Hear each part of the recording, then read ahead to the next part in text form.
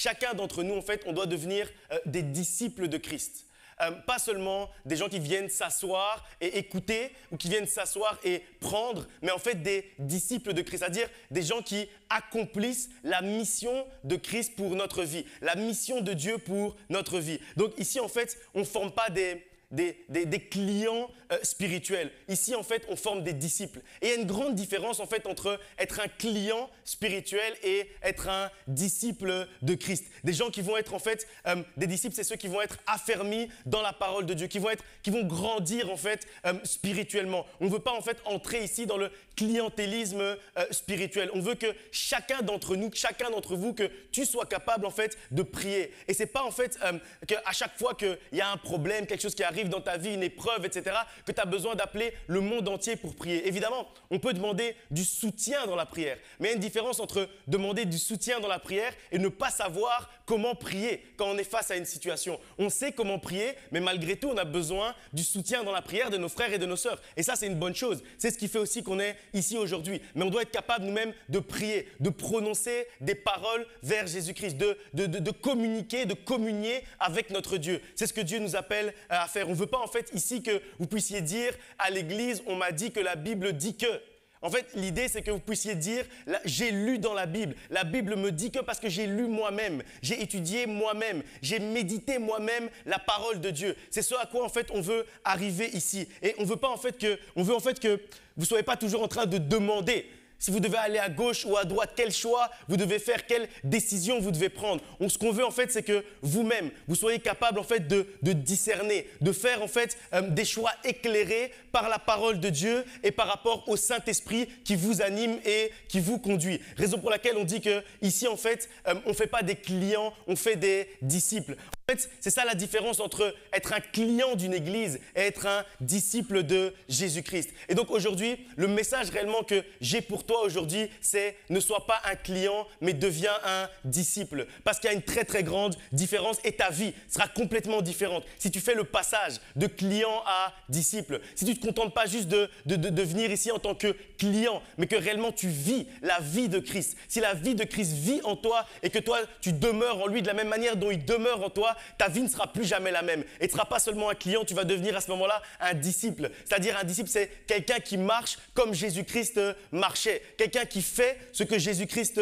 faisait et continue à faire. Et hier, je disais justement à quelqu'un que c'est beaucoup plus facile en fait de créer des clients spirituels. C'est très facile en fait pour un pasteur de créer des clients spirituels, des gens qui vont être dépendants de vous, des gens qui vont être dépendants de votre bon vouloir. En fait, c'est le chemin le plus facile pour n'importe quel serviteur de Dieu. C'est ça en fait le chemin le plus facile. C'est plus facile en fait quand quelqu'un vient avec un problème de dire « je vais prier pour toi » plutôt que d'apprendre à la personne à prier. C'est plus facile en fait de dire « viens, je vais te lire la Bible » plutôt que de dire « je vais essayer de faire des études bibliques avec toi pour que tu aies en toi la soif de la parole de Dieu, pour que tu aies envie toi-même de découvrir les trésors que recèle la Bible. » En fait, c'est beaucoup plus facile de dire « viens, je vais te lire un passage ». C'est beaucoup plus simple, mais je crois que ce n'est pas ce à quoi Dieu nous appelle et surtout, je crois que ce n'est pas la manière dont on va le mieux grandir et le plus grandir. Ce n'est pas la manière dont on va devenir mature spirituellement. Ça ne va pas nous empêcher d'aller au paradis, ça ne va pas nous empêcher d'être sauvés.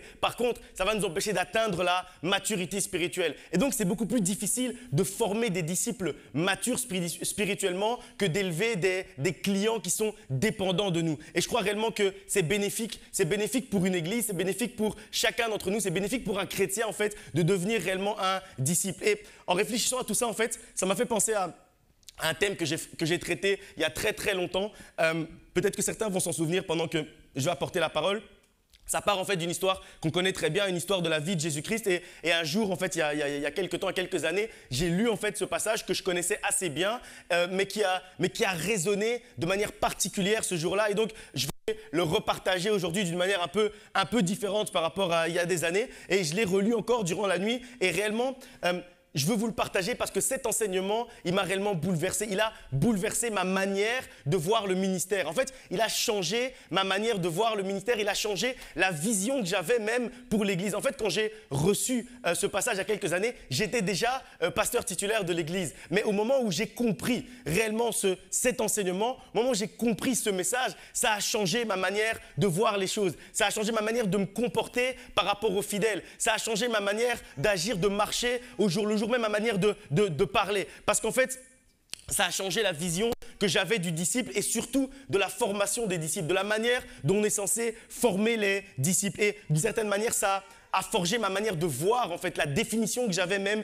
du disciple-là et du disciple. C'est le moment où j'ai compris en fait quelle était la réelle vision de Dieu pour cette assemblée et pour cette église. Et donc, on va relire ensemble ce passage, c'est dans Marc chapitre 5, verset 1 jusqu'au verset 20. Marc chapitre 5 à partir du verset 1.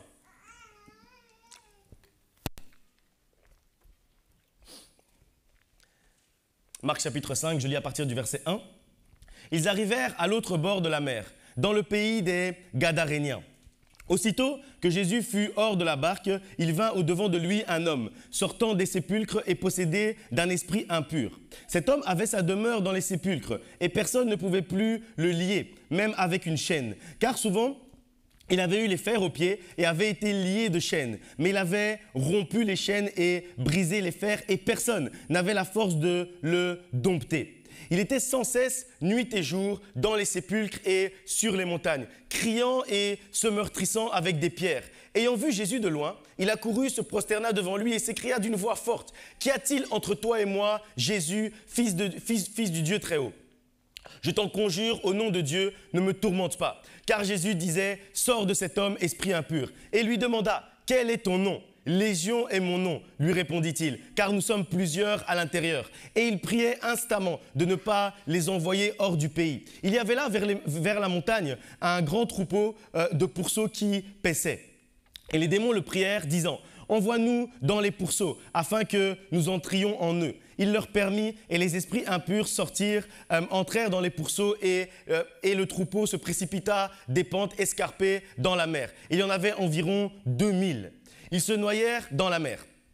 Ceux qui les faisaient paître s'enfuirent et répandirent la nouvelle dans la ville et dans les campagnes. Les gens allèrent voir ce qui était arrivé. Ils vinrent auprès de Jésus et ils virent le démoniaque, celui qui avait eu la légion, assis, vêtu et ayant du bon sens. Et ils furent saisis de frayeur. Ceux qui avaient vu ce qui s'était passé leur racontèrent ce qui était arrivé au démoniaque. Alors ils se mirent à supplier Jésus de quitter leur territoire. Comme il montait dans la barque, celui qui avait été démoniaque lui demanda la permission de rester avec lui.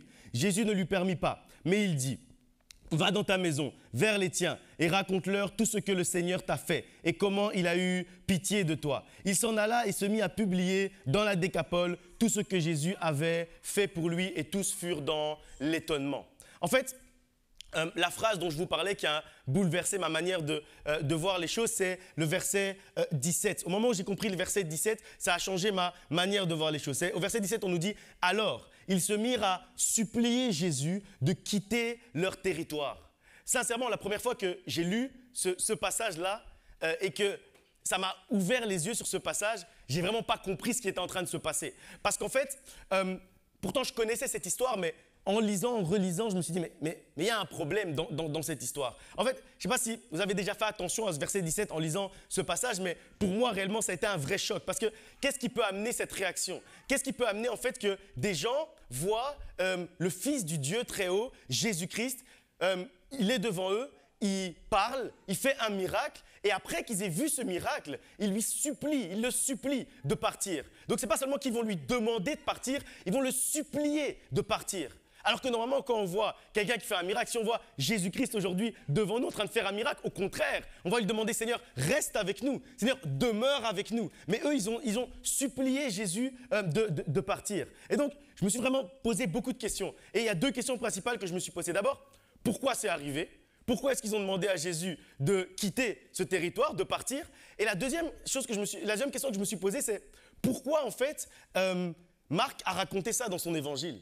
Parce que ça n'a pas l'air en fait valorisant pour Jésus qu'on le chasse après un miracle. Donc il fait un miracle et puis on le chasse. Et donc ça n'a pas l'air valorisant. Je me suis dit, mais pourquoi Marc a raconté ça? Puisqu'il faut savoir qu'à la fin des évangiles, on nous dit qu'il y a beaucoup d'autres choses qui sont arrivées dans la vie de Jésus, beaucoup d'autres miracles que Jésus-Christ a fait et qui n'ont pas été racontés dans les évangiles. Donc ça veut dire que en fait, les évangiles ne racontent pas l'entièreté de la vie de Jésus. Mais pourquoi est-ce qu'il a choisi ce récit-là? Pourquoi est-ce qu'il a voulu raconter ce récit-là bien précis? Et en me posant ces deux questions, j'ai lu, j'ai relu ces passages, j'ai étudié ces passages et j'ai retiré en fait trois leçons importantes que j'aimerais partager avec vous aujourd'hui. La première, en fait, c'est la réaction de Jésus.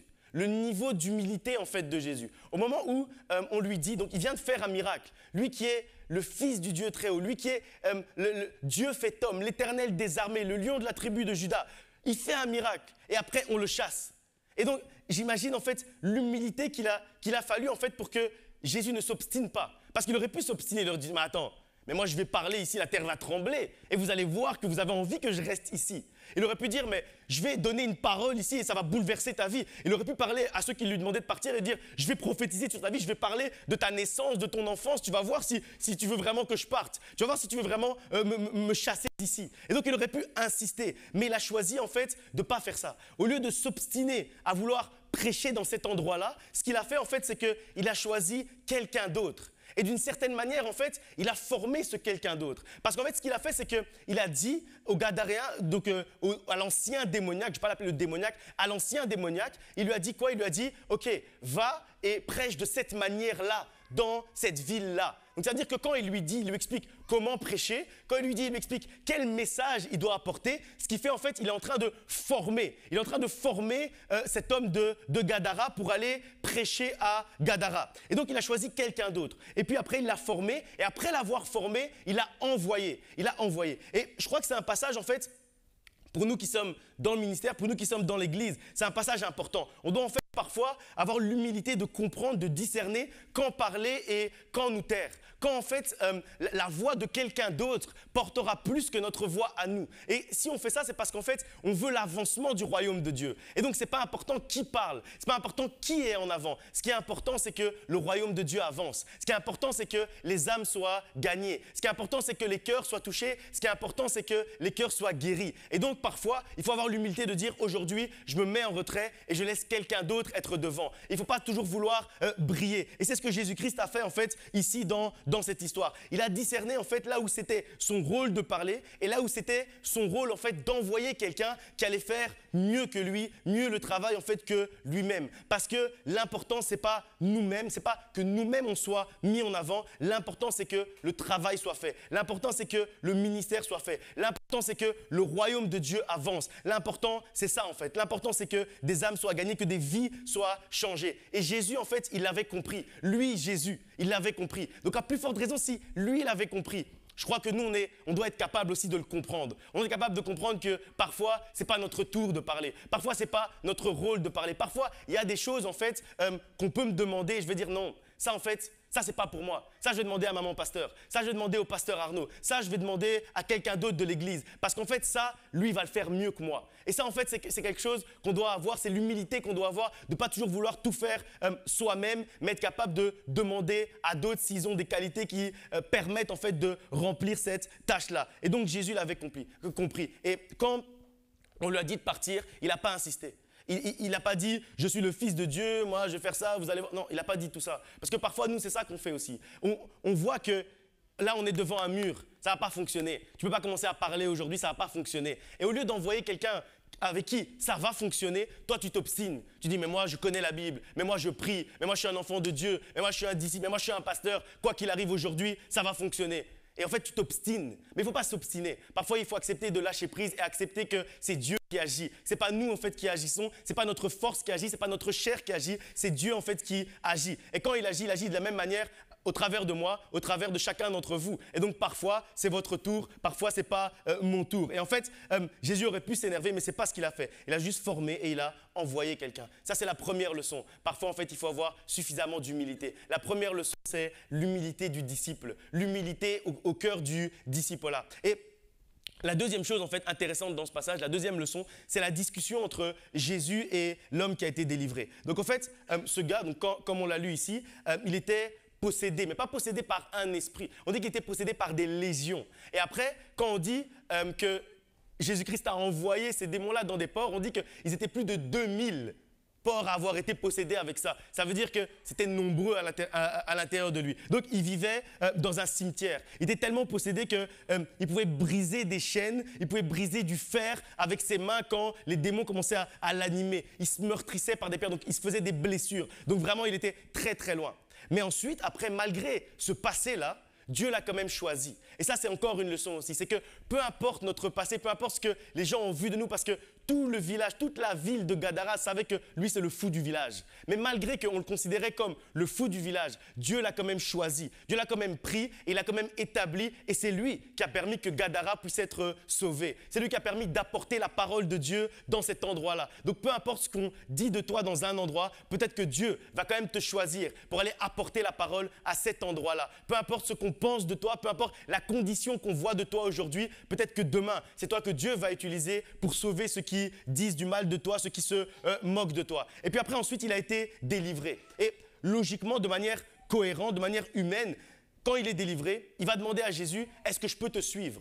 Est-ce que je peux marcher avec toi ? Il veut suivre celui qui vient lui apporter la délivrance. C'est tout à fait logique. Et là, on est à Marc 5. Donc, si vous lisez tout ce qui s'est passé avant dans la vie de Jésus, Jésus n'a jamais agi de cette manière-là. Il veut en fait suivre celui qui lui a apporté la délivrance. Et juste là, à chaque fois qu'on a posé cette question à Jésus, est-ce que je peux te suivre ? Il a toujours dit oui.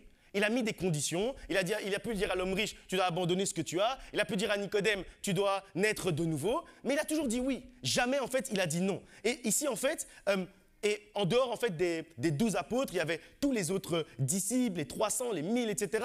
Il y avait la Marie de Magdala, il y avait Nathanaël, il y avait plein de gens qu'on ne cite pas tout le temps dans la parole de Dieu, mais qui suivaient Jésus au quotidien. Et donc, tout le monde avait l'occasion, la possibilité de le suivre. Mais pour la première fois ici, il va refuser que quelqu'un le suive et que quelqu'un puisse marcher avec lui. Et donc, on peut trouver ça bizarre, on peut se demander, mais pourquoi est-ce qu'il a refusé ? Ça semble bizarre à première vue. Mais en fait, on trouve la réponse. Jésus, en fait, il avait un autre plan, en fait, pour lui. Un autre plan, en fait, pour cet homme qui venait d'être libéré. Jésus, en fait, il va l'envoyer. Il va le former, comme j'ai dit, donc lui expliquer comment parler, comment témoigner de l'action de Dieu dans sa vie. Et puis après ça, il va l'envoyer. L'envoyer pour prêcher la parole dans cette ville-là bien précise. Il veut, en fait, que cet homme qui vient d'être délivré, il veut, en fait, qu'il puisse apporter la parole à Gadara. Et en relisant ce passage, en fait, je me suis dit, il y a toujours quelque chose en fait qu'on a loupé. On a toujours loupé quelque chose dans ce passage parce que comment est-ce qu'on appelle quelqu'un que Jésus a formé et puis que Jésus a envoyé ? Comment est-ce qu'on appelle quelqu'un à qui Jésus a donné une mission ? Comment est-ce qu'on appelle quelqu'un à qui Jésus a donné un objectif ? À qui Jésus a dit « va à cet endroit-là et prêche la parole de Dieu ». C'est une vraie question. Comment est-ce qu'on l'appelle ? Comment est-ce qu'on l'appelle ? Un disciple. Donc, en fait, il y a quelque chose qu'on a toujours loupé. On a toujours loupé parce que, comme je dis, comme vous avez dit, et moi-même si je ne me trompe pas, la définition en fait du disciple, c'est celui que Jésus a envoyé avec une mission. Celui que Jésus a envoyé avec un but. Celui que Jésus a envoyé avec un objectif. Donc, en fait, il n'a pas accepté que ce gars-là marche avec lui, mais en fait, il a accepté que cet homme-là qui venait d'être délivré devienne directement son disciple, soit son premier envoyé, le premier disciple qu'il a envoyé avec une mission, justement c'est cet homme-là. Et donc ce gars qui, il y a très peu de temps, il vivait dans les cimetières, il mangeait des cadavres, enfin, il mangeait des cadavres. Ça, ce n'est pas vraiment écrit dans la parole de Dieu, j'exagère un peu, ça c'est mon côté congolais, j'exagère un peu. Donc il mangeait des cadavres. Okay? On dit qu'il était jour et nuit dans le cimetière, donc il n'avait pas d'autre chose à manger. Donc il déterrait les morts, il mangeait disons ça. Je trouve que c'est intéressant de dire qu'il mangeait les cadavres. Donc ce mangeur de morts, ce croqueur de cadavres, ce jour-là, il a été sauvé, il a été délivré et ensuite après il a été directement envoyé par Jésus-Christ. Il a été mandaté, il a reçu le mandat de Jésus pour Gadara. Et personne d'autre, lisez la Bible de Genèse à Apocalypse, personne d'autre n'a reçu le mandat pour aller à Gadara et pour sauver cette ville de Gadara. Personne d'autre. Parce que Jésus avait choisi celui-là, celui dont tout le monde se moquait, c'est celui que Jésus avait choisi pour être le disciple qui allait être mandaté pour cette ville-là bien précise. Et en fait, c'est le premier disciple qui a été envoyé pour une mission. Parce que les autres sont restés encore en formation. C'est-à-dire les autres, ils accompagnaient déjà Jésus, mais eux, ils n'étaient pas encore prêts à aller. Mais lui, Jésus l'a considéré comme étant déjà prêt. Comme il l'a considéré comme ta formation est déjà finie. Tu peux déjà aller prêcher la parole de Dieu. Et en fait, c'est le premier qui a reçu une mission qui venait de Jésus-Christ. Et dans le ministère, en fait, quand on y réfléchit, puisqu'après, ceux qui ont été envoyés, c'est Paul, c'est Pierre, c'est Jean, c'est Marc. Donc en fait, ce gars dont on ne parle pas beaucoup comme ça, dont on ne dit même pas le nom, en fait, c'est dans le ministère, c'est le grand frère, c'est le prédécesseur de Paul, de Pierre, de Jean, de Marc. Pourtant, on ne connaît même pas son nom. Pourtant, il n'est même pas célèbre, on ne connaît rien de lui. En fait, et c'est pour ça, en fait, ça répond à une des questions aussi que je me posais. C'est pour ça, je crois que Marc a parlé en fait de ce passage. Il a parlé de ce passage d'abord pour l'enseignement que je suis en train de donner, pour qu'on puisse donner cet enseignement, mais également parce qu'il savait que ce Gadaréen, en fait, c'est le grand frère. En fait, lui, c'est le grand frère dans le ministère parce que c'est le premier qui a été envoyé par Jésus-Christ. C'est le premier des envoyés. Pourtant, comme j'ai dit tout à l'heure, on ne connaît rien de lui. Ni son nom, ni son âge, ni son père, ni sa mère. Pourtant, à chaque fois que Jésus-Christ choisissait un apôtre, un disciple, on disait « fils de tel et tel qui vient de tel endroit ». C'est-à-dire on connaît quand même un peu sur les disciples. On peut quand même faire certaines recherches sur eux. Mais ici, on ne connaît rien de lui. Tout ce qu'on sait, c'est qu'il a été sauvé, c'est qu'il a été libéré, c'est qu'il a été délivré, c'est qu'il a été envoyé, et on sait aussi qu'il a accompli sa mission. Et ça, c'est quelque chose d'important dans la manière dont Marc va raconter cette histoire. C'est quelque chose d'important de voir qu'il a accompli la mission, puisque au verset 20, on nous dit que quand il est allé prêcher au peuple gadarénien, on nous précise bien qu'ils ont été dans l'étonnement. Ça veut dire qu'ils ont été touchés. Ça veut dire que le peuple pour lequel il avait été envoyé a été touché. Donc ça veut dire que il a fait ce pourquoi Dieu l'avait envoyé. Ça veut dire qu'il a accompli sa mission. Pourtant, on ne connaît rien de lui. Mais malgré tout, malgré le fait qu'on ne connaisse rien de lui, c'est lui le premier envoyé, c'est lui le premier disciple fidèle, c'est lui le premier disciple qui a accompli la mission de Dieu pour sa vie, la mission de Jésus-Christ pour sa vie. Lui, le disciple fidèle. Il était fidèle, il était juste, il a été droit, il a fait ce que Dieu lui a demandé, il a fait ce que Jésus-Christ a demandé. Mais pourtant, c'est le disciple oublié. Et vous savez, ce que ça nous apprend, c'est que le ministère, en fait, ce n'est pas une question de notoriété. Et je crois vraiment que c'est un vrai message pour cette époque, pour l'époque par laquelle on est en train de passer aujourd'hui. Parce qu'aujourd'hui, en fait, les gens ne cherchent plus à accomplir la mission pour laquelle Dieu les a envoyés, ils cherchent à faire savoir au monde que Dieu les a envoyés. Je ne sais pas si vous comprenez la nuance, je ne sais pas si vous comprenez bien la différence. Aujourd'hui, les serviteurs de Dieu vont passer plus de temps à vous expliquer qu'ils sont serviteurs de Dieu plutôt qu'à servir Dieu réellement. Donc, ils vont passer plus de temps à expliquer qu'ils sont prophètes, apôtres, pasteurs, je ne sais pas, peu importe le titre, tous les titres que vous connaissez. Ils vont prendre plus de temps à vous expliquer qu'ils sont ça et que Dieu les a appelés pour ça, plutôt qu'à réellement être et faire ce que Dieu leur a demandé de faire. Et ça, c'est la manière dont aujourd'hui, malheureusement, le milieu chrétien agit. Et je ne dis pas le christianisme, parce que vous savez très bien, je dis toujours, il y a une différence entre le milieu chrétien et le christianisme. Et en fait, on n'est pas là pour vous convaincre. Moi, je ne suis pas là pour vous convaincre que Dieu m'a appelé pour être pasteur. Je ne suis pas là pour vous convaincre, je suis là pour vous apporter un message. Et c'est ça la différence, en fait. La différence entre... Et je pense vraiment que ça fait une grande différence. Et c'est en fait, c'est une des raisons Une des raisons en fait, pour laquelle on agit comme ça plutôt, c'est parce qu'en fait, personne ne connaît justement la signification de ce passage qu'on vient de lire. Personne ne connaît justement le disciple oublié. Personne justement, tout le monde veut se rapprocher ou être proche dans la manière de servir de Paul, de Pierre, de Jean, etc. Parce qu'on connaît leur nom, parce qu'on sait ce qu'ils ont fait, parce que les gens parlent de ce qu'ils ont fait jusqu'à aujourd'hui. Mais lui en fait, on ne connaît pas son nom, mais pourtant c'est le premier. Lui, on ne connaît pas son nom, mais pourtant, c'est le grand frère de Paul dans le ministère. Mais on ne connaît pas son nom. Et en fait, c'est ça. Aujourd'hui, l'important, ce n'est pas qu'on connaisse notre nom. L'important, ce n'est pas qu'on connaisse ton nom. L'important, c'est que le message passe. L'important, c'est que Jésus-Christ soit connu. L'important, ce n'est pas que toi, tu sois connu, que moi-même, je sois connu. Et je pense vraiment qu'une des raisons, c'est parce qu'on ne prêche pas assez sur le disciple oublié. C'est pour ça qu'en fait, même si j'ai appris ça il y a quelques années, malgré tout, je voulais reprendre en fait aujourd'hui ce thème parce que je trouve que c'est vraiment quelque chose de très actuel et de très pertinent. Et si on connaissait l'histoire du disciple de Gadara, si on prenait en fait comme exemple le disciple de Gadara, je crois qu'on agirait différemment. Tout le monde en fait va vouloir s'identifier à d'autres disciples parce qu'eux, on parle d'eux, mais lui, on ne parle pas de lui. Pourtant, c'est le premier à avoir accompli l'objectif. C'est le premier à avoir accompli la mission de Dieu la mission de Christ pour sa vie. Et personne ne va vouloir s'identifier à lui, mais pourtant c'est réel. Et personne ne va vouloir s'identifier à lui aussi, peut-être à cause de son passé. Parce que c'est vrai que le passé des autres disciples, il est un peu plus calme que lui. Lui, quand même, il croquait des gens de cadavres comme si c'était du poulet. J'exagère. C'est pas tout à fait vrai, mais c'est marrant quand même. Et lui, en fait, on va pas vouloir s'identifier à lui. On préfère s'identifier à ceux qui étaient des pêcheurs de poissons, qui sont devenus pêcheurs d'hommes. Ça va. C'est pas trop grave. Mais lui qui était dans les cimetières, qui faisait des trucs bizarres, bon, on ne veut pas trop s'identifier à lui, qui avait une légion de démons à l'intérieur de lui. Pourtant, en fait, lui, c'est un miracle vivant. Donc en fait, c'est bien de s'identifier à quelqu'un comme ça. C'est un miracle vivant. Il est devenu une nouvelle créature. Il a été délivré. Dieu a agi puissamment dans sa vie. Et après, dans sa vie et au travers de sa vie, Dieu a pu agir encore plus. Et donc, il a une place importante. Et c'est le premier, en fait, à avoir été envoyé. Et donc, vraiment, ne cherchons pas la notoriété. Cherchons réellement juste à accomplir la mission. Et pour revenir, en fait, à la vision de l'Église, c'est ce qu'on veut, en fait. C'est ce à quoi on veut arriver ici, en fait. Ici, comme j'ai dit tout à l'heure, on n'élève pas des clients. Ici, en fait, on forme des disciples. Et c'est très important. C'est très important en fait de pas être des clients et de pas me mettre dans une position de quelqu'un qui livre quelque chose. C'est pas ça en fait. Il faut pas des clients, il faut réellement des disciples. Des disciples humbles et fidèles comme le disciple de Gadara. Des disciples qui vont aller humblement à Gadara et accomplir ce que Jésus-Christ leur a demandé d'accomplir. Accomplir la mission de Jésus-Christ pour leur vie. Et donc, soyons réellement humbles. Humbles comme ce disciple.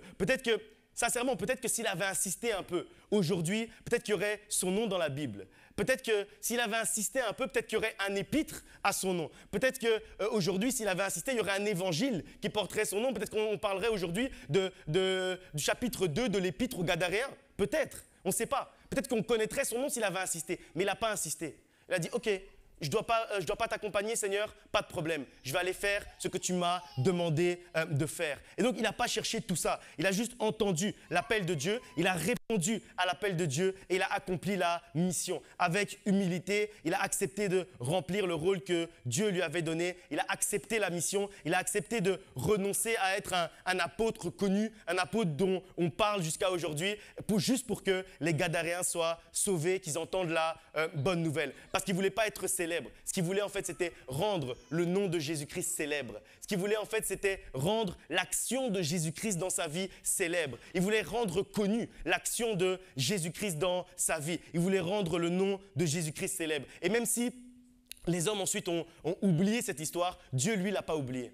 Dieu, il n'oublie pas en fait ceux qui agissent de cette manière-là. Ceux qui sont humbles et fidèles et justes envers lui, il ne va pas les oublier. Parce que c'est exactement en fait le type de serviteur que Dieu recherche. C'est exactement le type de serviteur que Dieu recherche. Et je suis certain qu'il a une place particulière au ciel, qu'il est assis réellement au ciel et que lui, il a une place également avec les Paul, les Pierre, etc. Je suis certain qu'il a une place aussi. Pourquoi? Parce que ça a été le premier qui a été envoyé, qu'il a été humble, fidèle et juste. Et donc Dieu cherche réellement ce genre de serviteur là, ce genre de disciple-là. Et chacun d'entre nous, en fait, on est appelé à être ce genre de disciple-là. Ceux qui sont capables de dire « ne retiens pas mon nom, retiens le nom de Jésus ». Ceux qui sont capables de dire « ne retiens pas mon nom, mais retiens le message de vie, le message de paix, le message d'amour. Retiens réellement ça parce que ça va te sauver, parce que ça va t'aider. Mon nom à moi, il ne va pas t'aider. Si demain, tu as un problème, tu cites mon nom, ça ne va pas t'aider. Tu vas m'appeler, ça ne va pas t'aider. Mais ce qui va t'aider, c'est connaître le nom de Jésus-Christ. Et donc, Dieu recherche réellement ces disciples-là, ceux qui ne s'imaginent pas qu'ils vont sauver le monde eux-mêmes, ceux qui ne disent pas c'est moi qui vais vous sauver, ceux qui disent c'est Jésus-Christ qui va vous sauver, ceux qui présentent juste en fait la parole de Dieu avec véracité, avec intégrité et avec justice et avec vérité. Alors, comme je disais tout à l'heure, moi, personnellement, j'accepte de le prendre, ce disciple-là, comme réellement comme un exemple. J'accepte en fait que vous puissiez dire juste, j'ai retenu le message, mais je n'ai pas retenu son nom. Ce n'est pas grave si vous ne retenez pas mon nom, mais en tout cas, retenez juste le message. Que le message puisse vous ouvrir les yeux. Cette histoire en fait du disciple oublié, moi, comme j'ai dit tout à l'heure, ça m'a réellement transformé. Et aujourd'hui, réellement, je peux dire que ça me va très bien. Je suis très à l'aise avec ça, d'accomplir la mission de Dieu, la mission pour laquelle Dieu m'a placé sur la terre, la mission pour laquelle Dieu m'a envoyé et que personne n'en soit au courant. Que personne ne soit au courant de ça, que personne même ne connaisse ni mon prénom, ni mon nom. Parce que je sais que quelqu'un est au courant. Même si les gens ne sont pas au courant, quelqu'un est au courant. Quelqu'un sait, Dieu voit en fait ce que tu fais. Peu importe même si les gens ne voient pas ce que tu fais. Peu importe même si les gens ne voient pas que tu es en train de travailler pour le salut de Gadara. Sache que Dieu voit ce que tu es en train de faire. Dieu voit le travail que tu es en train de faire. Donc ne cherche pas à être vu. Cherche juste à ce que Jésus soit vu et qu'on puisse retenir réellement la face de Dieu. Et ça me va très bien que personne connaisse mon nom si vous connaissez le nom de Jésus. Ça me va très bien que vous ne reteniez pas mon nom si vous vous rappelez juste du message. Et ça m'amène en fait à la troisième leçon dont je parlais tout à l'heure, la troisième et dernière leçon. En fait, toute cette histoire, ça nous fait aussi comprendre en fait que chacun d'entre nous, on a une mission.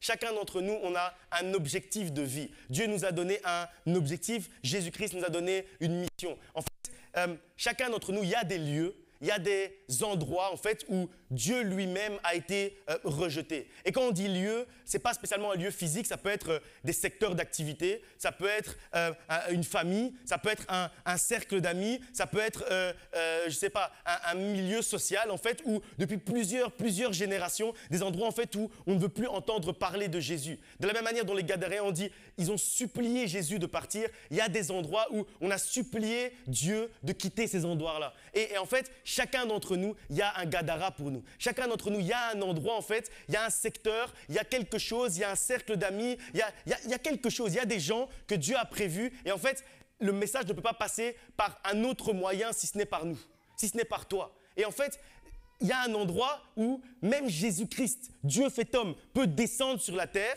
commencer à parler dans cet endroit-là et on va le chasser. Mais toi, ton témoignage peut sauver cet endroit-là. Toi, ton témoignage peut sauver cette famille-là. Toi, ton témoignage peut sauver ces amis-là. Toi, ton témoignage peut sauver ce secteur d'activité-là. Ces gens qui travaillent, qui font de cette manière-là, mais il n'y a pas Jésus à cet endroit-là. Toi, ton témoignage peut sauver. Et c'est pour ça, en fait, que Jésus nous éparpille. C'est pour ça, en fait, qu'il nous répand dans plein d'endroits différents. C'est pour ça que quand on est rassemblés ici, il y a des gens qui ont plein d'activités différentes durant la semaine. C'est pour ça, en fait. C'est pour ça qu'on ne doit pas tous faire la même chose. C'est pour ça qu'on ne doit pas tous faire chaque jour la même chose et uniquement se réunir ici. C'est pour ça, en fait. On doit être répandu partout. On doit aller au travail. On doit aller dans nos familles. On doit aller dans nos amis. On doit aller vers nos amis. On doit aller, je ne sais pas, dans des hobbies, etc. On doit faire tout ça. Parce que peut-être que ces endroits-là où on va, où notre cœur, en fait, est amené, ces endroits-là, en fait, peut-être que c'est notre Gadara. Peut-être que c'est l'endroit, en fait, où Dieu attend qu'on puisse parler. Et même lui, s'il descend sur la terre, ça ne va pas fonctionner là-bas. Mais toi, ton témoignage va fonctionner. Parce que le témoignage de l'ancien démoniaque, je vais l'appeler comme ça, ou du disciple oublié, il a fonctionné à Gadara. Mais Jésus-Christ a été chassé de Gadara. Donc ça veut dire qu'il y a des endroits où on a chassé Jésus. Et le seul moyen que Jésus-Christ puisse revenir dans cet endroit-là, le seul moyen que le salut puisse arriver dans cet endroit-là, le seul moyen, le seul outil, la seule arme, c'est ton témoignage. La seule arme, c'est ce que Dieu a mis dans ton cœur. C'est pour ça que la Bible nous dit qu'on est une lettre. On est une lettre écrite par la main du Saint-Esprit. Chacun d'entre nous, on est une lettre. Ça veut dire quand on dit qu'on est une lettre, ça veut dire que chacun d'entre nous, on a une destination. Parce que quand on écrit une lettre, après on la met dans une enveloppe, on met un timbre et on met une adresse. Donc ça veut dire que quand Jésus-Christ a écrit en fait dans ton cœur, a écrit sur ton cœur le message qu'il a déposé en toi, il a également mis dans une enveloppe, fermé l'enveloppe, mis un timbre, affranchi déjà avec un timbre et il a écrit une adresse. Il a écrit ton Gadara. Et en fait, à cet endroit-là, il n'y a que ce message-là qui va passer. Et donc, chacun d'entre nous, on doit être conscient aussi qu'on a une responsabilité. On est responsable de notre Gadara. On est responsable de cet endroit-là où Dieu veut qu'on puisse apporter sa parole. Et en fait, c'est vraiment très important. Ça nous fait comprendre notre rôle. Ça nous fait comprendre ton rôle. Notre rôle, en fait, c'est d'aller dans ces endroits-là. D'aller dans ces endroits-là où on ne veut plus de Jésus et apporter, en fait, ton témoignage. Au-dedans duquel il y a justement l'action de Jésus. Et c'est ça en fait notre rôle à chacun d'entre nous. Apporter le témoignage de ton salut, le témoignage de ta délivrance, le témoignage de ta guérison, le témoignage de ta libération. Et en fait, être un témoignage vivant dans ces endroits-là, même sans parler, commencer déjà à être un témoignage. Parce que c'est ce que nous dit ce passage. En fait, qu'est-ce qui s'est passé au début? Au début, ils ont juste vu, en fait, ce démoniaque, ils l'ont vu saint d'esprit. Et ça les a déjà choqués. Et ils sont partis en courant, ils sont partis expliquer dans toute la ville, dans tout le village, dans toutes les campagnes, ce qui s'était passé. Donc ça veut dire, avant même d'ouvrir sa bouche, avant même de parler, Dieu l'avait déjà utilisé pour être un témoignage vivant. Ça veut dire celui par lequel on voit l'action de Dieu. En fait, quand on te voit, on doit voir l'action de Dieu. Tu dois être un témoignage vivant. Et quand tu vas voir les Gadaréens, en fait, ils vont voir directement, non, il y a quelque chose qui a changé dans sa vie. Et c'est eux qui vont poser la question. Qu'est-ce qui s'est passé? Qu'est-ce qui s'est passé pour que celui qui mangeait les cuisses des cadavres comme des steaks est devenu maintenant quelqu'un de saint d'esprit, qui est à l'aise, qui sait parler, qui sait avoir une discussion normale? Comment c'est possible? Et en fait, c'est à ce moment-là, en fait, quand on te pose la question, comment c'est possible que tu peux ramener Jésus-Christ à cet endroit-là? Parce qu'avant ça, il avait été chassé. Mais pour le ramener, il faut que tu puisses répondre à cette question. Et là, tu dis, c'est Jésus-Christ. C'est l'amour de Christ en moi. C'est l'action de Christ en moi. C'est l'amour de Christ pour moi. C'est parce que Christ m'aime qu'aujourd'hui, je suis comme ça. Qu'aujourd'hui, j'ai changé de cette manière-là. Et en fait, quand tu vas faire ça, ce qui va se passer, il va se passer la même chose qu'à Gadara. Ils vont être dans l'étonnement. Les gens vont être surpris. Dieu veut en fait que ta vie puisse surprendre quelqu'un, que ta vie puisse étonner quelqu'un et que par cet étonnement et que par cette surprise, la personne en fait soit sauvée. Il y a des endroits qui t'ont été affectés, il y a des endroits qui t'ont été donnés pour que tu ailles annoncer la bonne nouvelle. Et dans ces endroits-là, il n'y a personne qui peut aller à ta place. Donc réellement, il faut comprendre, il faut être conscient de la responsabilité qui incombe à ce que je suis en train d'expliquer. Il n'y a personne qui va aller à ta place à ces endroits-là. Parce que ni Jean, ni Marc, ni Luc, qui étaient à côté de Jésus, qui pourtant le suivaient déjà depuis longtemps, personne d'entre eux n'a pas dit à Luc, « Luc, tu peux aller à Gadara, s'il te plaît, prêcher la parole. » Non, ça n'a pas fonctionné comme ça. Il n'y avait que lui qui pouvait aller à cet endroit-là. Il n'y avait que le disciple oublié qui pouvait aller à cet endroit-là. Il n'y a que ton témoignage qui pourra impacter réellement cet endroit-là, ce milieu-là. Parce qu'à Gadara, on a demandé à Jésus-Christ de partir. Mais le disciple oublié, lui, il a pu apporter son témoignage. Et réellement, la question que Dieu te pose aujourd'hui, et vous savez, moi j'aime bien quand la Bible nous pose une question, aujourd'hui c'est quel est ton Gadara? Quel est le Gadara? Quel est l'endroit en fait où Jésus a prévu que toi, tu puisses aller apporter la parole, que toi, tu puisses aller témoigner de l'action de Dieu dans ta vie. Et tu n'as pas besoin d'être un grand prédicateur parce qu'il n'a pas été formé longtemps. Ça veut dire tout ce qu'il pouvait faire, c'était témoigner de ce qui venait de se passer. Et on n'a pas besoin de grands mots, de grandes explications. Juste expliquer ce que Dieu a fait dans notre vie. Si tu es assis ici aujourd'hui, c'est parce que Dieu a fait quelque chose dans ta vie. C'est parce que Dieu a accompli quelque chose dans ta vie. C'est parce que Dieu a fait des miracles dans ta vie. C'est parce que Dieu t'a sauvé à un moment donné. C'est parce que Dieu t'a donné la paix. C'est parce que Dieu t'a donné l'amour. C'est parce que Dieu t'a donné la joie. Et ces simples choses-là, tu peux les expliquer. Et tu ne peux pas imaginer la manière dont la vie de quelqu'un peut changer juste par ton simple témoignage. Même s'il n'y a pas eu des grands miracles de guérison dans ta vie. Juste si tu dis que Dieu t'a apporté la joie. Tu peux pas imaginer le nombre de personnes à qui il manque la joie dehors. Juste si tu dis que Dieu t'a apporté la paix, tu ne peux pas imaginer le nombre de personnes à qui il manque la paix dehors. Et parfois, ça ne se voit même pas. Mais quand on parle de ça, directement, on comprend que, en fait, ce qu'on a, c'est spécial.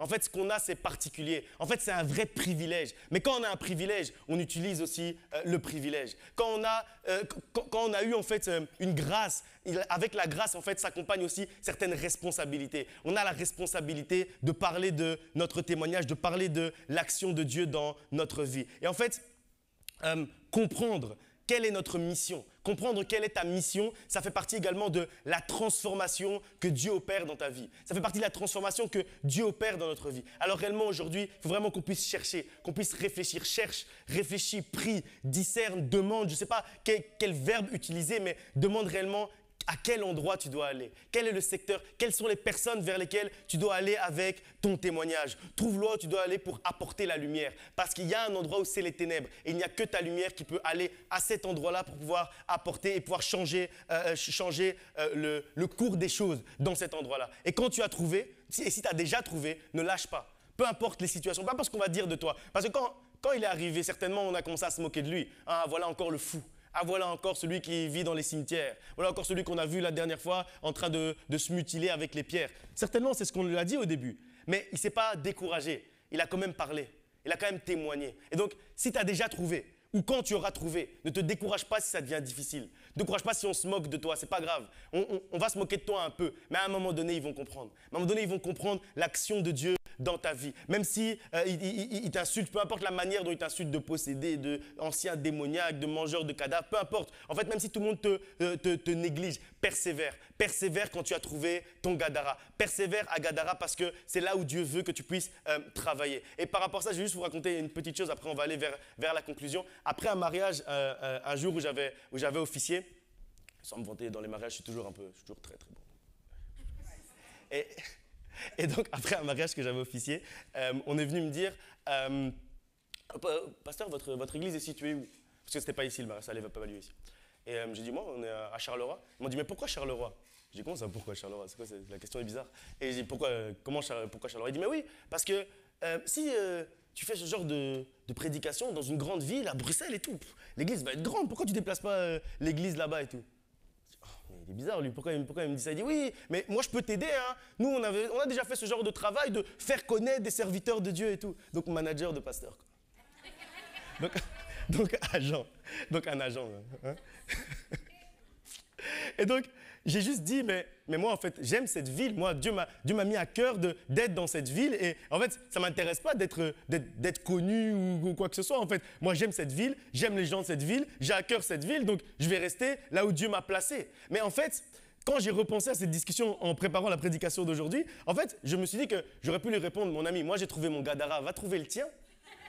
Moi, j'ai déjà trouvé mon Gadara. Je sais déjà où je dois aller. Pourquoi tu viens commencer à essayer de mettre des choses bizarres dans ma tête, à vouloir devenir mon agent de prédicateur? T'es bizarre. Laisse-moi tranquille. Moi, j'ai déjà trouvé mon Gadara. Et donc, je sais où Dieu m'a envoyé. Je sais où Dieu m'a placé. Je sais où Dieu m'a demandé d'apporter sa parole. Alors, je n'ai pas besoin d'être autre part. Je n'ai pas besoin d'être connu en allant autre part. Je m'occupe juste de mon petit Gadara. Ce n'est pas grave. Même si personne ne connaît, même si personne ne voit, c'est très bien. On est très bien comme ça. C'est très, très bien. Et c'est pour ça que je n'ai pas besoin d'aller dans la capitale, à Bruxelles, pour commencer à prêcher la parole. Je n'ai pas besoin de ça, parce que Dieu m'a déjà placé là où il voulait que je sois placé. Et donc, quand Dieu, en fait, t'a placé à un endroit, sache qu'il connaît. Lui, il sait très bien ce que tu fais, il voit très bien ton travail. Et la Bible dit qu'il n'oublie pas le travail et il se souvient de ton travail au moment de te rémunérer, au moment d'être ton rétributeur. Et c'est ça, en fait, que je veux que vous reteniez aujourd'hui. C'est que Dieu a prévu un Gadara pour vous. Mais même s'il n'est pas bling bling, même s'il n'est pas lumineux, même s'il n'est pas beau à voir, c'est quand même votre Gadara. Gardez-le quand même. Chérissez-le quand même. Parce que c'est là où Dieu veut que vous puissiez apporter sa parole. C'est là où Dieu veut que vous puissiez témoigner de lui. Et franchement, sincèrement, c'est quelque chose que dont peu de gens en fait, vont parler. Peu de gens, peu de pasteurs, peu de serviteurs de Dieu vont parler de ce genre de message. Parce qu'aujourd'hui, en fait, les gens vont jauger la valeur du ministère avec le nombre de fans, non, on dit pas fans, abonnés, pardon, sur les réseaux sociaux. C'est comme ça qu'on va juger aujourd'hui. Non, lui, il est bon parce qu'il a quand même 1 million de... lui, il est bon. Et donc, ils vont juger sur le nombre de vues. Ok, il met une prédication sur Internet. Waouh, 2000. Oh, c'est bon, hein, c'est bien. Donc, c'est comme ça qu'ils vont jauger, en fait. Mais nous, on ne doit pas regarder à ça. Et en fait, on va élever les gens qui vont être vus. Parce que ça, c'est humain. C'est la manière charnelle de voir les choses. Mais souvent, en fait, on se rend compte que les gens, malheureusement, dans ce genre de situation, ce qu'ils retiennent, ce n'est pas le message qui est passé. Ce qu'ils retiennent, c'est la personne. On va vous dire, c'est un grand prophète. Ah, lui, vraiment, Dieu l'a appelé, c'est un grand pasteur. Mais ce n'est pas en fait ce que Dieu attend de nous. Dieu attend de nous qu'on puisse retenir ce qu'on a dit. Ce qu'on a dit et ce qu'il nous a demandé de dire. Le message, en fait, qui va passer dans notre bouche parce que lui a déposé ce message dans notre cœur. Il attend, en fait, il n'attend pas que les gens sachent qui on est. Il n'attend pas que les gens sachent qui tu es. Il veut, en fait, que le monde se rappelle du message. Il attend que le monde sache qui il est, lui, et que les gens se rappellent de son nom et pas d'une autre. Le nombre de fois, vraiment, je ne peux pas vous expliquer même le nombre de fois où quelqu'un vient et m'explique « Oui, j'ai été voir tel grand pasteur qui était dans telle ville, je me suis déplacé, tout c'était vraiment incroyable et tout ça. » Et puis moi, humblement mais aussi innocemment, je dis « Ok, c'était quoi le message? Non, mais c'était vraiment puissant, c'était incroyable et tout. Ok, mais qu'est-ce que tu as retenu par rapport à ta vie et tout ça? Non, vraiment, lui, il est puissant. Quand il a prié, les gens sont tombés. Ok, oh frère. Frangin, mais je te demande qu'est-ce qu'il a dit, toi tu me dis qui il est. Et il me dit tout son CV, un CV long comme le bras. Il est parti là-bas, il a fait là-bas dans le désert. Et tout. Mais oui, mais qu'est-ce qu'il t'a dit? Mais quel est le message? On rigole avec ça, mais c'est réel ce que je suis en train de vous raconter. Je peux même pas vous expliquer, compter même le nombre de fois où ça m'est arrivé. Où on me raconte des trucs, je dis mais ok, mais qu'est-ce qu'on peut ensemble discuter? De quoi est-ce qu'on peut discuter ensemble aujourd'hui? Qu'est-ce qu'on peut appliquer? Moi, ça m'intéresse. Qu'est-ce que tu as été chercher là-bas et que je peux appliquer dans ma propre vie? Parce qu'on est dans une démarche d'amélioration continue. On grandit toujours. Donc, si c'est un grand prédicateur que tu es parti voir, donne-moi un message qui va aussi m'impacter. Donne-moi un message qui va aussi me toucher. Et donc à ce moment-là, bon, quand je pose plusieurs fois la question et tout, je dis, là, je commence à faire, vous voyez, je ne sais pas si vous échangez souvent avec moi, quand je fais ces yeux comme ça. Là. Quand je fais ça, elle sait très bien de quoi je parle. Quand je fais ça, il m'a fatigué. C'est-à-dire, je veux clôturer la discussion le plus tôt possible. Parce que là, il commence à me décourager avec ses histoires. Je lui demande 8 fois qu'est-ce que la personne a dit, il continue à me dire qui il est. Donc je dis non, ok, on laisse tomber, on arrête cette discussion et on passe à autre chose parce que ici, je suis fatigué, je vais commencer à pêcher sinon. Mais oui, mais oui, à un moment donné, c'est énervant quand même. Oh, quand même. Aïe, aïe, aïe, aïe. Non, moi vraiment, ce qui m'encourage vraiment, ce qui m'encourage le plus par rapport à mon propre ministère, par rapport à ma manière de vivre la foi et le ministère, c'est pas en fait quand quelqu'un va me dire « Ah oui, je me rappelle de toi, tu avais prêché à tel endroit, où tu avais dit ça, où tu étais comme ça, où tu étais à tel endroit, etc. » Ce qui va vraiment m'encourager, en fait, c'est quand me sort les éléments d'un des messages. Un vieux message, un truc que j'ai dit il y a longtemps, et tout le monde dit « Ah oui, mais tu te rappelles, tu avais dit ça un jour. » Ah oui, ça m'intéresse. Ça veut dire que c'est le message qui est passé. Et cette semaine, en fait, j'avais un entretien, c'était quand? Jeudi, avec l'un d'entre vous, et on m'a sorti une prédication, c'est véridique. On m'a sorti une prédication qui date de début janvier 2022, je pense. Début janvier 2022, donc presque un an. Et on m'a sorti une phrase exacte. Et on m'a dit, oui, d'ailleurs, cette semaine, il m'est arrivé ça. Et puis, j'ai pensé à quand le pasteur t'avait dit, non. Je dis, là, c'est bien. Là, c'est le message. Là, on parle du concret. Là, on parle des choses qu'on a retenues depuis janvier et qui, aujourd'hui, on applique encore dans notre propre vie. Et vraiment, c'est quelque chose qui, moi, vraiment me fait chaud au cœur. Et il y a un spécialiste, vraiment, dans l'église ici, je ne vais pas citer son nom parce que je ne vais pas le mettre mal à l'aise, mais il y a un spécialiste pour ça ici. C'est quelqu'un, en fait, il est membre de notre église, mais aussi on se côtoie professionnellement. Mais lui, quand on se voit donc, dans le milieu professionnel, donc pas à l'église et tout, quand on se voit dans le milieu professionnel, quand il me dit, lui aussi, il fait le même œil que j'ai expliqué tout à l'heure, là. Il fait comme ça. Pasteur, je peux t'appeler tout à l'heure, j'aimerais bien poser quelques questions. Quand il fait ça, je sais que là, on est parti pour 2-3 heures de discussion. Parce que là, je sais que ça veut dire qu'il y a une phrase dans la prédication où il s'est dit non, il faut aller loin dans cette phrase, je ne comprends pas. Et une fois, ah non, lui, il est fort. Il y a quelques semaines, je crois que ça faisait au moins 2h30 qu'on était au téléphone. Et on parlait sur un thème, une question qu'il avait posée, 2h30, parce qu'il y avait des sous-questions, des sous-questions A, B, C, D et tout. Après, à un moment donné, il m'a fatigué, j'ai donné au maman pasteur, j'ai dit hey, écoute-toi ton fils. Moi, lui, avec ces questions-là, j'en peux plus. Elle est là, c'est vrai ou c'est pas vrai? Et je lui ai donné, je lui ai dit non, là, lui, continue avec lui, parce que là, moi, je n'avais pas encore mangé en plus, je vais manger. Et puis, donc, on était ensemble dans le milieu professionnel. On s'est quittés, on était en voiture au téléphone. J'arrive à la maison, j'ai toujours pas mangé. Il continue à me poser des questions, à parler du message, des questions qu'il avait. Je veux commencer à manger, il continue. Je dis, j'ai Aurélie. Après, à un moment donné, j'ai mis au haut-parleur, comme ça, elle entendait la discussion. Je dis, ah bon, tu prends le relais. Non, attends. Non, mais je dis ça, mais j'aime beaucoup ça, en fait. Hein, parce que ça, c'est la réelle manière d'agir. L'action, en fait, des disciples, c'est ça. Le disciple, en fait, il cherche à aller toujours plus loin. Il cherche à chercher plus. Pas à chercher plus et à me poser des questions sur qui je suis, mais à chercher plus, en fait, la connaissance de la parole de Dieu, la connaissance de Jésus-Christ. Avoir, en fait, quand on dit qu'on prie pour que vous ayez la soif de la parole de Dieu, la faim, en fait, qu'en fait, vous soyez affamés de la parole de Dieu, affamés de Jésus-Christ. En fait, c'est ça qu'on dit. C'est à ce à quoi on doit arriver. Chacun d'entre nous, on doit arriver à ça. On doit arriver à donner plus d'importance au message qu'à celui qui délivre le message. Celui qui délivre le message, c'est juste un outil. C'est juste un micro, en fait, que Dieu est en train d'utiliser. Mais l'important, c'est ce qu'il dit. L'important, c'est ce que Dieu est en train de nous dire au travers de ce micro-là. Et réellement, il faut vraiment agir de cette manière-là. Vraiment agir de cette manière-là. Et c'est, comme je disais tout à l'heure, ce n'est pas un message que vous allez entendre beaucoup dans le milieu chrétien. Vous allez plutôt entendre, oui, c'est important d'être élevé. Dieu veut qu'on parle de vous. Vous allez devenir célèbre. Dieu veut que vous soyez connus. Tu vas avoir la gloire et les honneurs. Et moi-même, d'ailleurs, je vais devenir le prédicateur le plus célèbre du pays. On va avoir la plus grande église du pays. Ça, c'est ce qu'on va plutôt entendre. Et en fait, ça, c'est plus facile. C'est plus facile de dire ça. En fait, il y a plus de amen quand on dit ce genre de choses. Dans le jargon des prédicateurs, on appelle ça les amen calling. Et c'est réel, on appelle ça comme ça. Et on place toujours, et les prédicateurs, ils aiment bien placer ce genre de phrase. Il y a une prédication qui n'a rien à voir, et puis il va placer tu ne mourras pas. Amen. Oui, vous connaissez très bien, vous savez très bien de quoi je parle. Et puis après, il parle sur la paix de Dieu. Et après, il va dire, tu vas être rempli de gloire et tu vas être honoré. Et demain, tu vas être célèbre, être élevé dans le pays. Beaucoup de amen. Ah oui, pourtant, ça n'a rien à voir avec le message. Ça pollue même le message d'une certaine manière. Et c'est pour ça, en fait, que les gens ne retiennent pas le message. Parce qu'on le pollue avec plein de amen calling, plein de phrases qu'on répète tout le temps. Donc, en fait, les gens ont l'impression que c'est toujours la même chose que ce pasteur dit.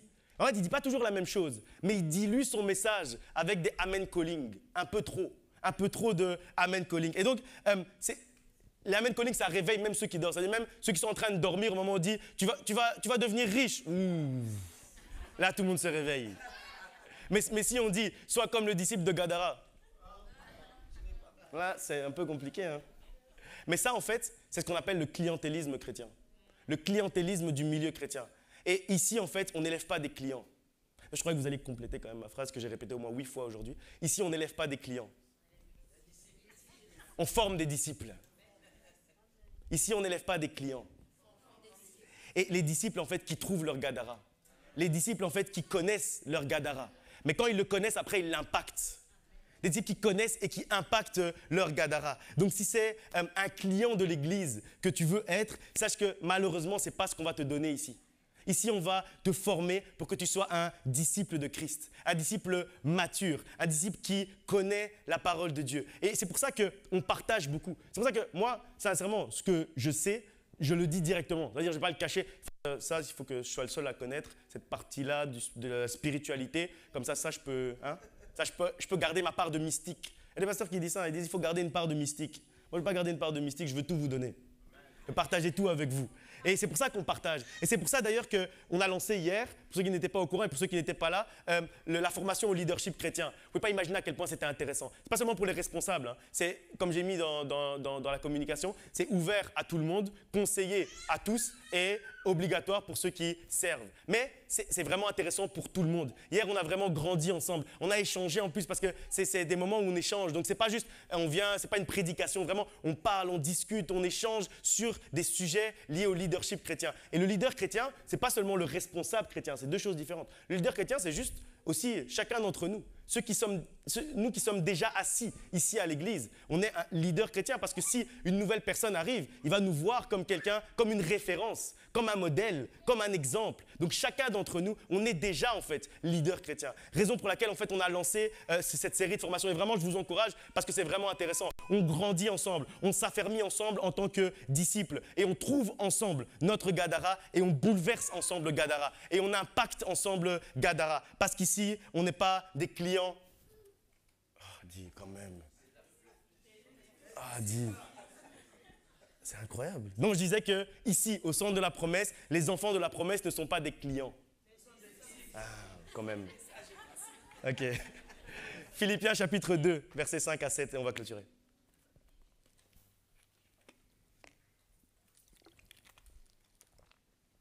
Philippiens chapitre 2, à partir du verset 5, nous dit « Ayez en vue les sentiments qui étaient en Jésus-Christ, lequel, existant en forme de Dieu, n'a point regardé comme une proie à arracher d'être l'égal de Dieu, d'être égal avec Dieu, mais s'est dépouillé lui-même en prenant une forme de serviteur, en devenant semblable aux hommes. » Là, en fait, on nous parle de l'humilité de Jésus-Christ. Et c'est lié, en fait, avec le passage qu'on vient de lire, l'humilité de Jésus-Christ, qui a laissé, en fait, le disciple de Gadara aller à Gadara. Rappelons-nous, en fait, c'est ce que ce passage nous dit, rappelons-nous des sentiments qui animaient Jésus-Christ au moment où il a accepté d'envoyer le Gadaréen à Gadara. L'humilité. l'importance du message, pas l'importance de la personne, l'importance de la mission qui dépasse et qui va au-delà de l'individu.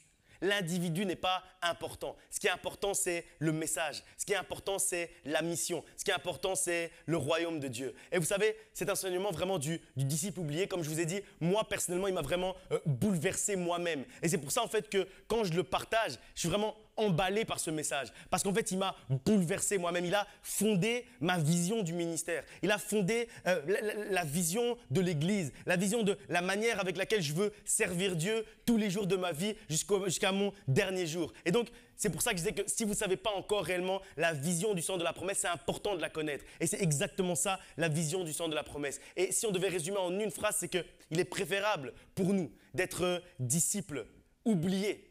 Un disciple oublié qui a étonné toute une ville et qui a accompli la mission pour laquelle Jésus-Christ l'avait appelé. Il est préférable d'être cette personne-là. Il est préférable d'accomplir la mission pour laquelle Dieu nous a envoyés plutôt que d'être connus, plutôt que notre nom soit connu. Il est préférable qu'une seule personne sur la terre ait appris et entendu le nom de Jésus-Christ et s'est rappelé du nom de Jésus-Christ avec toi plutôt que 1000 personnes qui connaissent ton nom. Il est préférable qu'une seule personne. Il n'y a pas longtemps, je parlais avec quelqu'un du témoignage d'une autre personne de l'église et je disais sincèrement, si on est venu ici à Charleroi et qu'on a ouvert le sang de la promesse juste pour que cette personne, sa vie soit changée de cette manière-là, ça valait la peine. Parce qu'il est arrivé des choses dans la vie de cette personne extraordinaires. Un jour, elle va témoigner ici, cette personne, mais vraiment extraordinaire. Passer vraiment de rien à tout.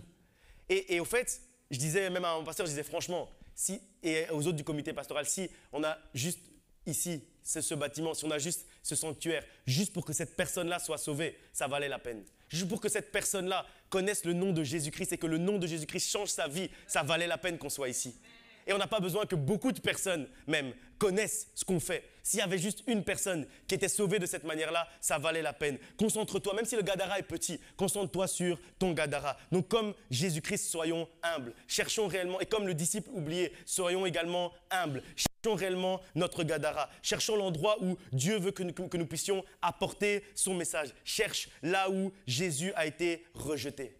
Cherche là où Jésus a été rejeté et là où c'est ton témoignage qui va pouvoir remettre Jésus à cet endroit-là. Là où on a chassé Dieu, mais où ton témoignage va être entendu et porter du fruit et un fruit qui demeure. C'est là où Dieu t'envoie. Et même si les hommes ne voient pas ce que tu fais, même si tu n'as pas d'éloges par rapport à ce que tu fais, ne cherche pas les éloges et les honneurs des hommes. Cherche uniquement les éloges et les honneurs de Dieu. Même si les hommes ne s'en rappellent pas, sache que Dieu voit ce que tu fais. Lui, il s'en rappelle, il sait très bien ce que tu fais, il sait très bien la manière dont tu es en train d'impacter Gadara et les Gadaréens. Alors, va chercher ton Gadara aujourd'hui, prie pour ça aujourd'hui, discerne pour ça aujourd'hui et c'est quelque chose de personnel. C'est quelque chose de personnel, c'est quelque chose que personne ne peut faire pour toi. Toi-même, tu dois faire en fait cette démarche-là toi-même. Tu dois faire cette prière toi-même. Tu dois faire cette recherche toi-même. Personne ne va faire cette prière à ta place. Et la raison pour laquelle personne ne va faire cette prière à ta place, c'est parce qu'ici, on n'élève pas des clients.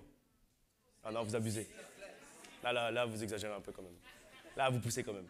Donc, je disais, la raison pour laquelle personne ne va prier pour vous, à votre place, pour ça aujourd'hui, vous allez vous lever vous-même et prier, c'est parce qu'ici, on n'élève pas des clients. Ah, merci beaucoup. On va se lever, on va prier. Que Dieu vous bénisse.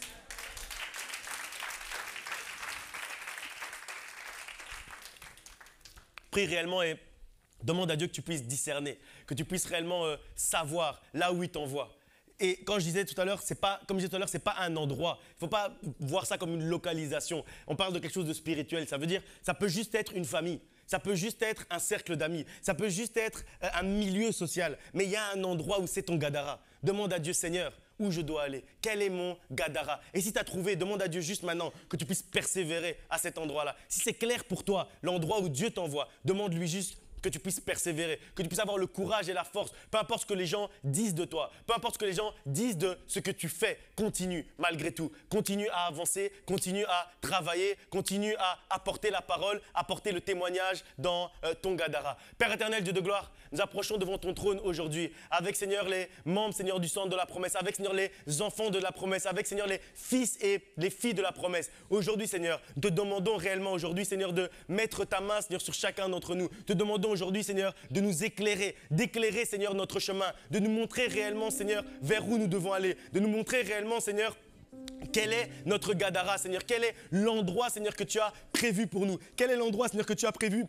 Et là où, Seigneur, nous allons apporter, Seigneur, notre témoignage. Et où, Seigneur, notre témoignage va, Seigneur, changer des vies. Va, Seigneur, bouleverser, Seigneur, des vies. Seigneur, que réellement, Seigneur, chacun d'entre nous, nous puissions, Seigneur, avoir ce témoignage. Ce témoignage, Seigneur, qui bouleverse des vies. Ce témoignage, Seigneur, qui change, Seigneur, les cœurs. Ce témoignage, Seigneur, qui guérit les cœurs. Ce témoignage, Seigneur, qui libère, qui délivre les cœurs. Que réellement, Seigneur, aujourd'hui, nous puissions, chacun d'entre nous, faire cette marche avec toi. Qu'aujourd'hui, Seigneur, nous puissions ensemble, Seigneur, prendre la décision, Seigneur, de marcher avec toi. Prendre la décision, Seigneur, de marcher comme toi, Seigneur, tu veux que nous marchions.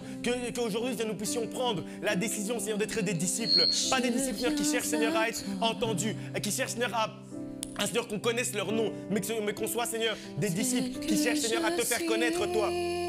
Que réellement, Seigneur, que chaque jour de notre vie, ce qui brûle en nous, que le feu, Seigneur, qui brûle en nous, soit un feu, Seigneur, qui Seigneur, nous amène à te connaître et à te faire connaître encore plus. Que nous puissions, Seigneur, avoir encore plus, Seigneur, une faim de toi, une soif de ta parole. Que nous puissions encore plus, Seigneur, te connaître, te découvrir, Seigneur, et avancer avec toi. Que chaque jour de notre vie, nous puissions continuer, Seigneur, à prospérer à tous égards, comme prospère, Seigneur, l'état de notre âme. Que notre âme, Seigneur, puisse être remplie de ta parole. Que notre cœur, Seigneur, puisse être rempli de ta parole. Que nous puissions vivre, Seigneur, avec toi. Que nous puissions, Seigneur, être des réels disciples. Aujourd'hui, Seigneur, je proclame, Seigneur, qu'il n'y a pas de clients au centre de la promesse, mais qu'il y a uniquement des disciples. Que personne aujourd'hui ne soit un client, mais que chacun d'entre nous, nous puissions devenir aujourd'hui des disciples. Que ce, Seigneur, qui était encore client, aujourd'hui, Seigneur, devienne disciple. Parce qu'aujourd'hui, nous refusons le clientélisme dans ton Église. Nous refusons aujourd'hui le clientélisme dans le royaume de Dieu. Nous refusons aujourd'hui, Seigneur, et nous chassons le clientélisme spirituel du centre de la promesse,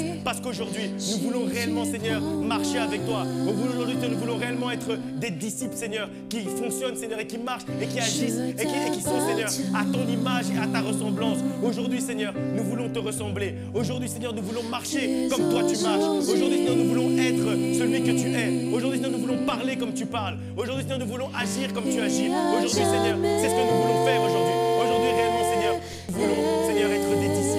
Aujourd'hui, Seigneur, nous proclamons que nous sommes des disciples. Nous proclamons, Seigneur, que nous marchons aujourd'hui dans le discipulat et non pas, Seigneur, dans le clientélisme, Seigneur, au nom de Jésus-Christ. Tout est à toi, si tu le veux, Seigneur. Sers-toi de moi, je t'offre ce que j'ai. Tout est à toi, si tu le veux, Seigneur. Sers-toi de moi.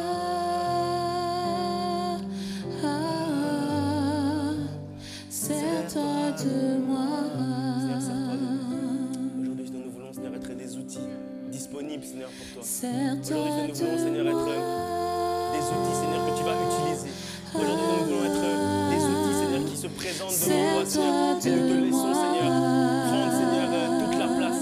Aujourd'hui, nous te laissons, Seigneur, te saisir de nous, Seigneur, et nous utiliser comme des simples outils, Seigneur, afin, Seigneur, que ton nom soit connu, afin, Seigneur, que ta parole soit connue, afin, Seigneur, que ton message soit connu, afin, Seigneur, que le monde entende parler de toi, afin, Seigneur, que le monde entende que tu es le chemin, la vérité et la vie. Sers-toi de nous, Seigneur.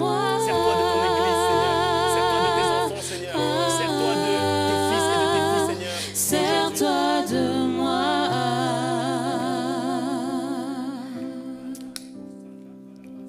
Sers-toi de moi.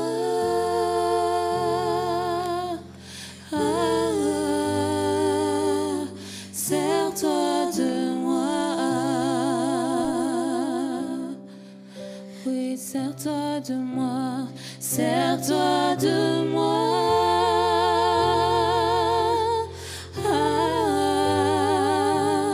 Sers-toi de moi. Oh oui, sers-toi de moi. Sers-toi de moi.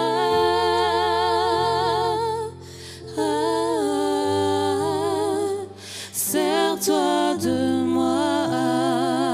Je suis disposée. Sers-toi de moi. Sers-toi de moi.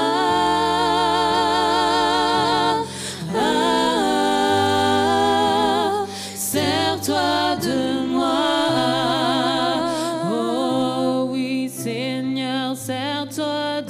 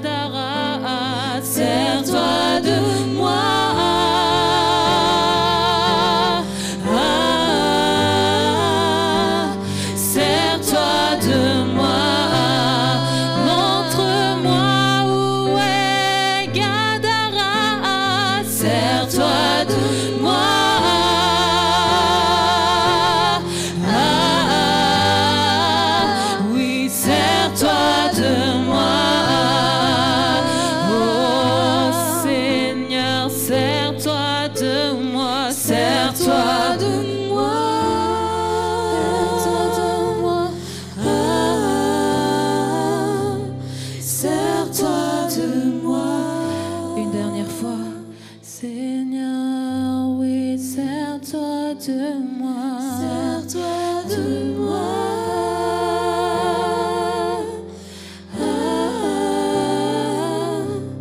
Sers-toi de moi. Merci Seigneur, parce que je crois que ce matin, tu en as envoyé plusieurs. Merci Seigneur d'ouvrir les yeux de quelqu'un et de lui faire voir où est son Gadara. Merci Seigneur, Dieu de gloire, d'ouvrir les oreilles de quelqu'un et de lui faire entendre où se trouve son Gadara, Seigneur. Merci parce que ce matin, éternel Dieu, alors que tu es le bon berger et que nous sommes tes brebis et nous entendons ta voix, Seigneur, ta voix retentit dans le cœur de quelqu'un et Seigneur, Dieu de gloire, lui montre la direction de Gadara pour aller impacter, pour aller influencer, Seigneur, Dieu de gloire, pour aller élever le nom de Jésus-Christ. Merci Seigneur, parce que tu envoies plusieurs ce matin, au nom de Jésus. Merci Seigneur. Sers-toi de moi.